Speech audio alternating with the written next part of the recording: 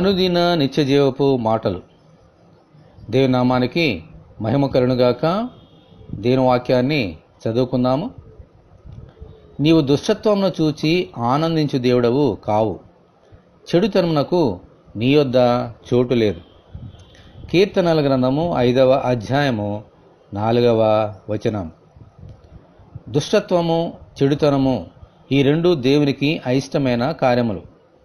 మనుషులు తమ దుష్టత్వము చేత, చెడుతనము చేత ఈ లోకములో ఆస్తిపాస్తులు కూర్చుకుంటూ దేవునికి వ్యతిరేకమైన కార్యములు చేయుచు దేవునికి దూరమవుతున్నారు.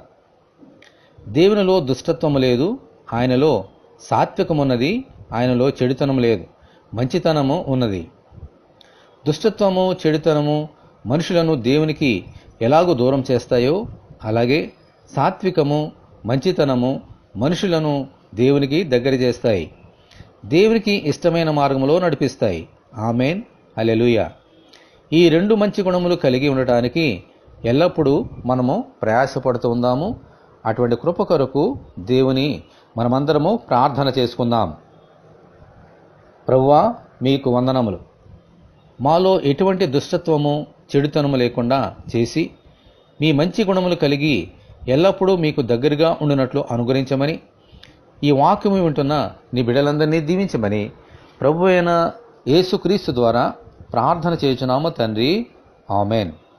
ప్రభు అయిన యేసుక్రీస్తు కృప మనకందరికీ తోడై ఉండి నడిపించునుగాక. ఆమేన్.